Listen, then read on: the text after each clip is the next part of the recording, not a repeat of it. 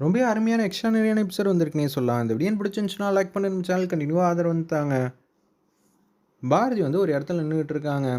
இன்னைக்கு உங்களை நாங்கள் நீதிபதி கிட்ட வந்து கூட்டிகிட்டு போகிறோம், தயாராக இருங்க அப்படின்னு ஆதி முன்னாடியே வந்து சொல்கிறாங்க. சரி சார், நான் பார்த்துக்கிறேன் அப்படின்னு சொல்லிட்டு இருக்காங்க. ஆல்ரெடி ஆதி யார்கிட்ட பேசுவாங்கங்கிற விஷயம்லாம் பவானிக்கு நல்லாவே தெரியும் போல். அதனால நீங்கள் இந்த விஷயத்தில் வராத அளவுக்கு என்னென்ன செய்யணுமோ அது எல்லாத்தையும் வந்து செஞ்சுக்கலான்னு சொல்லிட்டு யோசிச்சுட்டு இருக்காங்க. ஆதியும் பாரதியும் அப்படியே வந்து ஒருத்தர் ஒருத்தர் பார்த்துட்டு இருக்காங்க. நீங்கள் எதுக்கும் கவலைப்படாதீங்க, நான் இருக்கேங்கிற மாதிரி சொல்லிட்டு நம்ம பாரதியை கோர்ட்டுக்கு வந்து அழைச்சிட்டு வந்துடுறாங்க. கோர்ட்டுக்கு அழைச்சிட்டு வரப்போ ஆதி வந்து எத்தனையோ வாட்டி ஃபோன் பண்ணுறாங்க. அவங்க வந்து எடுக்கிற மாதிரியே தெரில. ஆதிக்கும் என்ன பண்ணுறதுன்னு தெரியாமல் நான் என்ன ஏதுன்னு பார்த்துட்டு வந்துடுறேன்னு சொல்லிட்டு அங்கேருந்து வேக வேகமாக ஆதி வந்து போயிட்டுருக்காங்க. பவானி வந்து கேட்குறாங்க, என்னது ஆதி உன்னை விட்டுட்டு போயிட்டானா அப்படின்னு சொல்லும்போது கடுப்பாயிட்டாங்க நம்ம பாரதி. ஏன் ஆதி விட்டுட்டு போகிறவரில் என்ன வாழ்க்கை ஃபுல்லாக கையை வந்து பிடிச்ச கையை எடுக்கக்கூடாதுன்னு அவர் என்னை விட்டு இப்போ இன்னொருத்தரை அழைக்கிறதுக்காக போகிறாரு. ஓ அப்படியா, சரி சரி, உனக்கு தான் அதெல்லாம் ஒன்றுமே புரியாதே அப்படின்னு அந்த இடத்துல நக்கலாக பேசுகிறாங்க. அந்த இடத்துல துரை உன்னை எவ்வளோ நம்பினா, சி நீ எல்லாம் ஒரு ஆளா, பாவமாக இருக்குது துரையை நினச்சா அப்படின்னு சொல்லிட்டு அவங்க மாட்டுக்கும் இன்னும் கொஞ்சம் நேரத்தில் உன் தலையெழுத்தே மாறப்போகுது, அதையும் தான் பார்க்கலாம். எனக்கு எல்லாரை விட ரொம்ப அளவுக்கு அதிகமாக நம்பிக்கை அதிகமாக, நிச்சயம் என்ன யாராலையும் சாய்க்க முடியாதுன்னு பாரதி வந்து பேசிட்டு அப்படியே வந்து நின்றுட்டு இருக்காங்க. என்னது போன ஆதியை இன்னமும் காணுமே அப்படின்னு சொல்லிட்டு யோசிச்சுட்டு இருக்காங்க. அப்பன்னு பார்த்து நீதிபதி வந்து உட்காடுறாங்க. உட்காந்த உடனே என்ன விசாரிக்கணும் இது யார் அப்படின்னு சொல்லும்போது, இப்போ பாரதிங்கிறவங்க வந்து ஒரு விஷயத்தில் வந்து சிக்கியிருக்காங்க, அவங்கள வந்து விசாரிக்கணும் அப்படின்னு ஒருத்தர் வந்து பேசுகிறாப்புல. உடனே பாரதின்னு கூப்பிட்ட உடனே அவங்க வந்து நிற்கிறாங்க.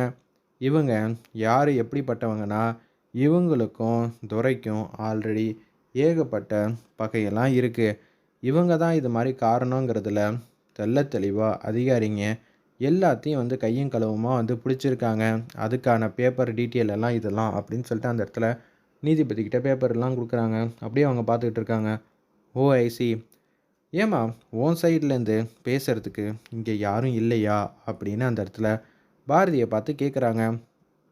பாரதியும் வாசலையே தான் பார்க்குறாங்க. இல்லைங்க, ஆதிங்கிறவர் ஒருத்தரை அழைச்சிட்டு வரேன்னு போயிருக்காங்க, அது வரைக்கும்லாம் காத்துட்ருக்க முடியாதுங்க. உனக்குன்னு யாராவது இங்கே பேசுகிறதுக்கு ரெடி பண்ணி தரட்டுமா சொல்லுங்கள், நான் சொன்னால் கண்டிப்பாக இங்கே யாராவது ஒருத்தவங்க வந்து பேசுவாங்க அப்படின்னு சொல்லும்போது எதுவும் சொல்ல முடியாமல் பாரதி மௌனமாகவே இருக்காங்க. பாரதி, உங்கள் தரப்பையும் பேசுகிறதுக்கு ஒரு ஆள் இங்கே இருக்கணுமா, அதுதான் நியாயம், அதுதான் தர்மம். அதுக்காக தான் கேட்குறேன், நீங்கள் இதை பற்றி என்ன சொல்கிறீங்க? இது டோட்டலாகவே வந்து பொய், ஜோடிக்கப்பட்டது அப்படின்னு ஒரே வார்த்தையில் பாரதி வந்து பேசி முடிச்சிடுறாங்க.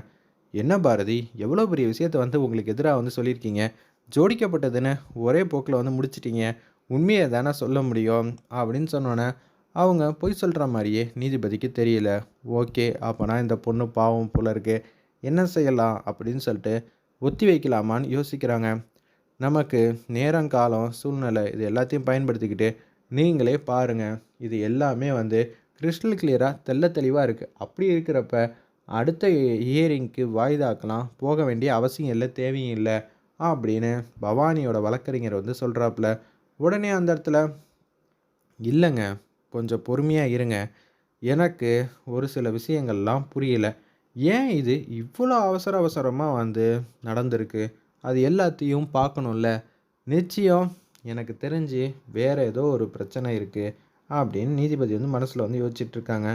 என்னம்மா, யாருமே உனக்காக பேசலைன்னா நான் என்ன சொல்ல முடியும் அப்படின்னு சொல்லும்போது கரெக்டாக ஒருத்தவங்க மாதம் வந்து என்ட்ரி வந்து கொடுக்குறாங்க. வெயிட் பண்ணுங்கள், பாரதி சார்பாக பேசுகிறதுக்கு நான் வந்திருக்கேன் அப்படின்னு அந்த இடத்துல ஒருத்தவங்க வந்து பேசுகிறாங்க. டக்குன்னு யாரா அது பவானி வந்து நினச்சிக்கிட்டு இருந்தாங்க. இவ்வளோ நேரம் யாருமே வரல, இனிமேட்டுக்கும் யாரும் வரமாட்டாங்க, நம்ம வழக்கறிஞர் வேற பூந்து விளாண்டுக்கிட்டு இருக்காப்புல, நமக்கு சாதகமாக தான் எல்லாமே நடக்கும்னு ஏகாம்பரத்துக்கிட்டையும் மித்ரா கிட்டேயும் அவங்க வந்து பேசுகிற மாதிரி காட்டுறாங்க. அந்த இடத்துல சரி சரி, இதெல்லாம் பார்க்குறதுக்கு சந்தோஷமாக தான் இருக்குது. பேசிகிட்டு இருக்கிறப்ப இப்போ தான் நான் இருக்கேங்கிற மாதிரி ஒருத்தவங்க வந்து என்ட்ரி வந்து கொடுக்குறாங்க.